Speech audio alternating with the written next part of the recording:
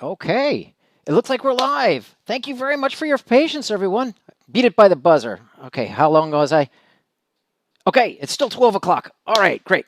Welcome to yet another episode of Tech Art Talk Live, brought to you by TechArt EDU. And this is the this 6-5 edition, the June 5th edition of Tech Art Live. So welcome very much and happy Friday. Now, last 2 weeks ago, we started working on the golden Tech Art rules, which are something very mystifying and wonderful, only unfounded by years and years and years of industry experience, but that is exactly what we're here to provide, is this kind of stuff. Now, last week we dealt with the green Tech Art rules, which are rules that supposedly going to make you into the green, which is a really, really good thing. But this week we're going to be doing something a little bit different, and we're going to start this week where last week left off. Okay, let me get things going here. Okay, there we go. All right, so there is our Tech Art Gold, but this is a little hint. We're talking about the pink stuff here. All right, great. So these are rules for a softer Tech Art mind. That's why it's pink. Okay, this is no disrespect intended, I promise you. Okay, so let's get going here. All right, so remember last week we were dealing with the ultimate green rule, which was you can be right or you can be rich. So it's your choice. In other words, asbestos underwear, which you're going to have to develop one way or the other, is green. And when you think about this statement, start really thinking about it. It's okay, you can be rich, cool, but you can be right. Okay, what does being right really mean? Okay, being really right is actually, it's a mental thought. It's a way of being. It's a way of process. And it's like not being right. That's not actually a green skill. That's actually a pink skill when you think about it, because maybe asbestos underwear is actually pink. All right, all you tech artists out there, I know who you are. You're all egomaniacs. I know it. I have yet to meet a tech artist who wasn't an egomaniac lurking underneath their skin, like something like Jekyll and Hyde. It's there. I know it is. Maybe just a little bit. You're doing a good job of hiding it, but I know that it's there. Okay. Okay. All about the being right and not being right. It's all about realistically dropping your ego and letting the other person win. Okay. Why? Is because your job as a tech artist is to do anything and everything that it takes, either to deliver your shot or to deliver your game assets on time. That is your thing. And if you're going to do anything and everything, well, then certainly dropping your ego and letting the other person win is definitely within that realm, without really damaging your pride too much. For some people, it might be very damaging, but I promise you, with a little bit of practice, it's kind of like working out. You can get through and you can actually get strong with this. All right, so what are some other suggestions other than you can be right or you can be rich, or you can be rich or you can be pink? Okay, this whole thing about being right and wrong. All right, this is a toughie, but remember this. Unless specifically requested, never, ever make anyone or your company wrong. Now, this is tough because no matter how wrong they are, you can't make them wrong. And do whatever you can. And now, occasionally, there is a rare occasion, they're going to go, okay, Chris, give us your full impression. How screwed up is this situation? Okay, that is your go-to time. That's when you can open the floodgates. Then you can tell them the truth. Until that happens, you keep it to yourself. You come up with some other way of breaking the bad news to them. And we're going to go into that a little bit. All right. There was another tech artist that I used to work with at a big old game company. Now, he started off as a junior level tech artist. And of the time I was there, he would never say anything. He would never stand up for himself. This tech artist would always let everyone kind of like walk all over him, would never stick up for himself. He'd always do whatever was taken.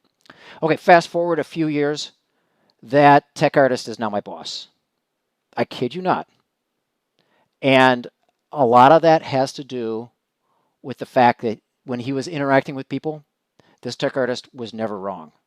That had a huge implication on how his career progressed. Because remember, one negative statement outdoes 100 attaboys. That means that you can be the most pleasant person in the world, and you could be supporting everyone. You stand behind them. You swallow your bile. Bad things happen. You keep it under your skin. You've got too much to do. There's artists, they refuse to follow instructions. Their assets are all over their place. The assets are just all over their desktop. They are just littering the place. They can't find anything. No one can find their work. You were just unfairly blamed for who knows what. For the squirrel hitting the electrical power supply, you were just blamed for that. Okay. And then it slips out. Guess what? It's too late. The negative comment slips out. And guess what? You have just been labeled. You have a bad attitude. That's how it works, gang. Sorry, it's not. I didn't say it was fair, but avoid those negative statements at any costs because they are super duper expensive. Okay, well then, if you can't say anything and you got to and you can't make anyone wrong, how are you going to get anything done? Your job as a TA. You are a achiever. You are the guy, you are the gal who gets stuff done. Okay, questions are the TA's greatest tools. Okay, the groovy thing about questions is that they have a real difficult time in making anyone wrong. Questions always are kind of like open-ended, and when presented in a non-accusational way, things like who, what, where, when, and are really good. Do not use why. You see that I leave why out of there. Why often implies something else, so leave why out of the equation. Have you ever tried is also a really, really good method. It's like, have you ever tried this? What happens if you try that? No, have you guys ever tried this? Have you ever tried that? You can steer your entire team into a direction that you need it to go just by asking, have you ever tried? And see, the beautiful thing about this is the questions, they help steer the conversation. It really does. And what's beautiful about them is that the questions help the people that you're talking with think that they created the solution. That's the awesome part of it. And getting the person that you're talking with, the group that you're talking with, making them believe that they came up with the solution is the #1 rule for persuading. It's awesome. So get used to asking only questions. Even when you're upset, ask lots of questions. Ask, have you tried? That's such a beautiful go-to. Okay. This is crazy, but it's really not about you. There's a game to produce. There's a film to release. Okay, maybe it is about you being the superhero, being the Lara Croft, diving into the situation and saving the day. Quite often you got to adopt your Rambo underwear and jump in there and kill all the bad guys.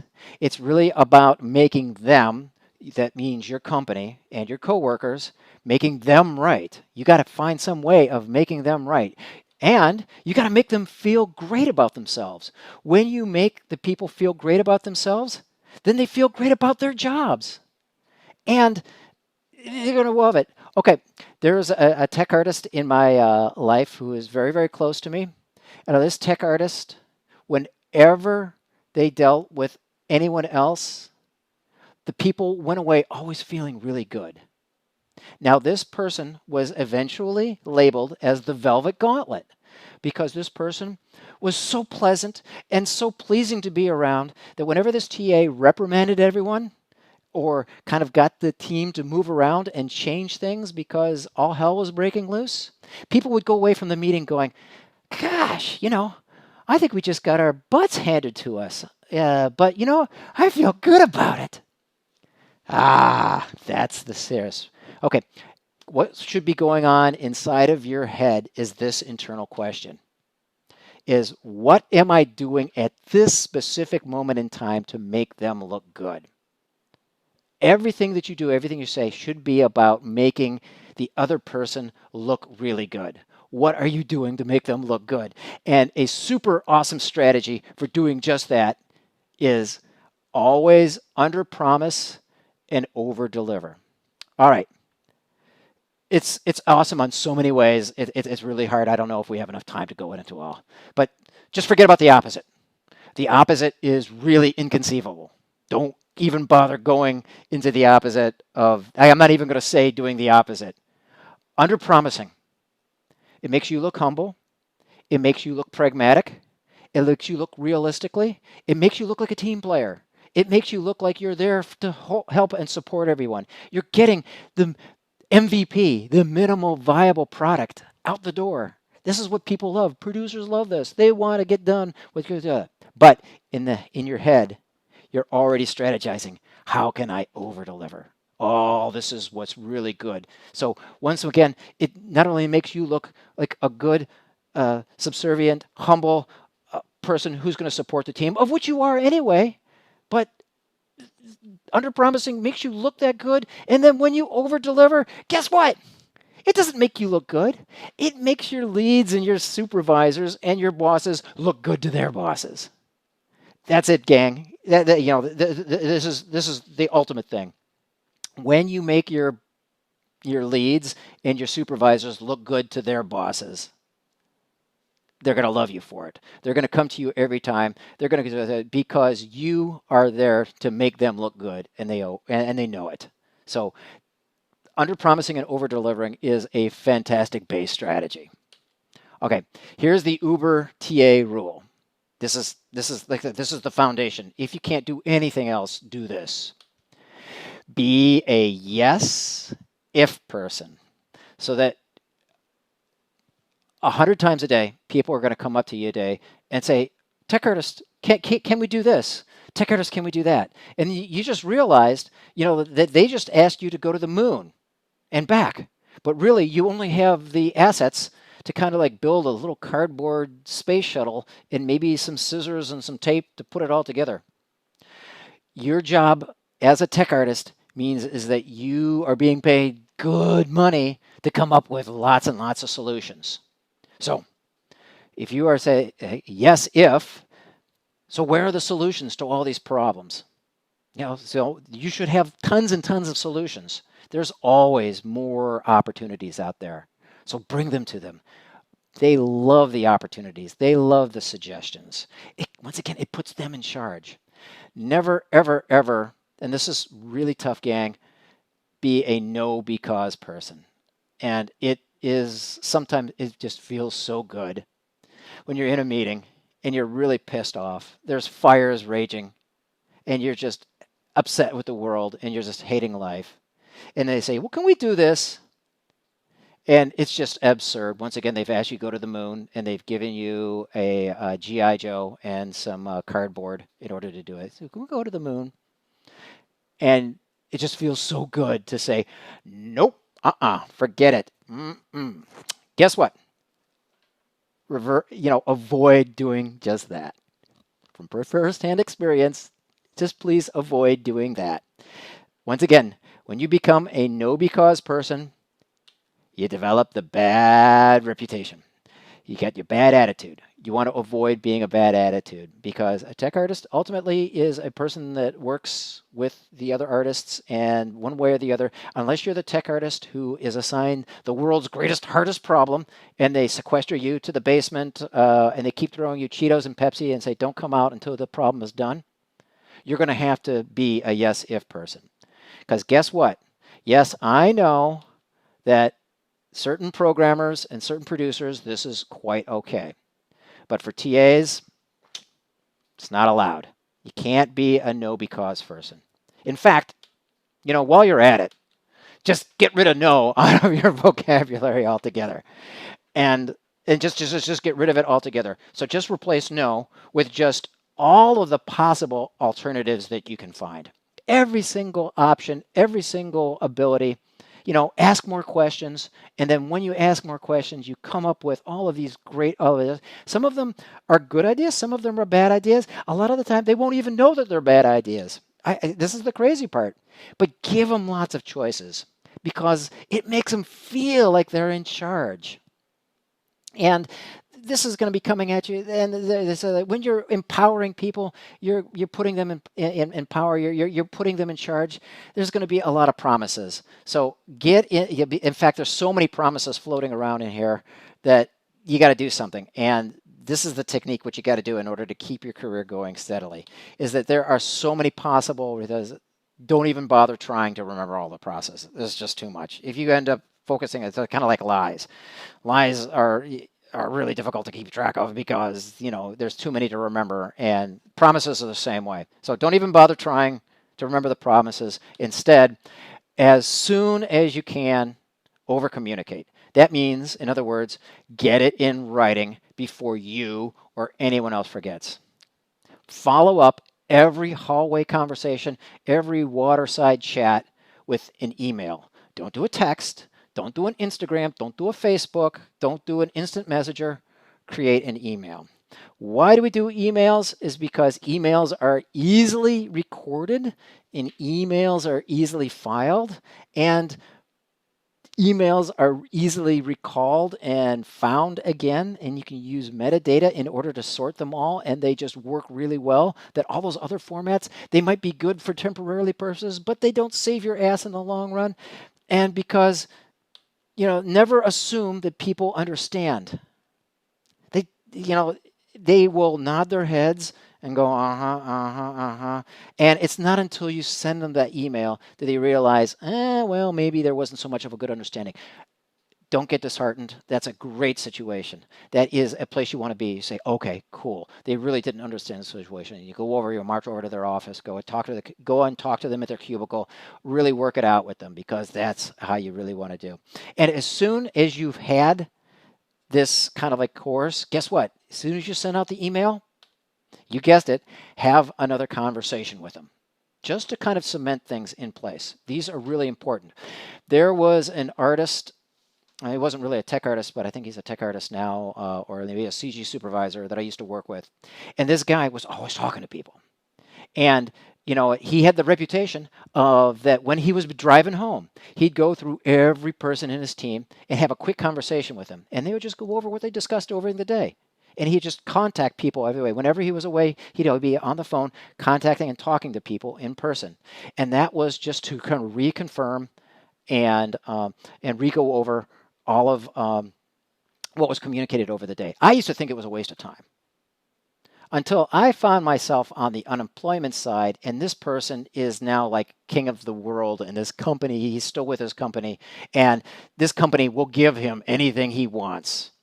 They love him. They will just do whatever they can to make this guy happy and do whatever they can to prevent him from leaving. This is, that's like I said, this is how careers are made. Because remember this, all companies are social organizations. And unless you are as good as you really think you are, so hey, let's be honest, we all think, we're Rambo and Laura Croft wrapped up in a thumbnail. But, let's be honest, sometimes, we have our shortcomings. But guess what? Unless you really are as good as you think you are, and if you are, then you probably own the company then. But if you don't own the company, and unless you are as good as you really think you are, companies are impatient, and honestly, they just don't care. Because guess what? This affects everyone at Florida. Florida is an at-will state, which means is that if they find an alternative, like, okay, they've got this cranky tech artist who has a zillion years of experience, but they've got a bad attitude, and they've got someone coming out of school who's bright-eyed and bushy-tailed and maybe fun to be around, guess what? They'll just say, let's get rid of this crotchety old fart of a tech artist and take on this bright-eyed, bushy-tailed kid out of school. And guess what? The company has just replaced you with no justification other than, this other person might be more fun. Guess what? Florida, being an at-will state, has that opportunity. So beware of that. And honestly, companies really just, they don't care. All right.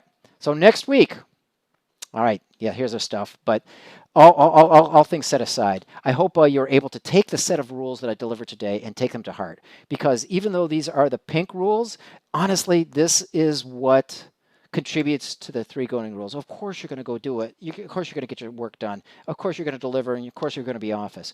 But when it comes to being happy and being fun to be around, these pink rules are the rules that really set your career and they get it going.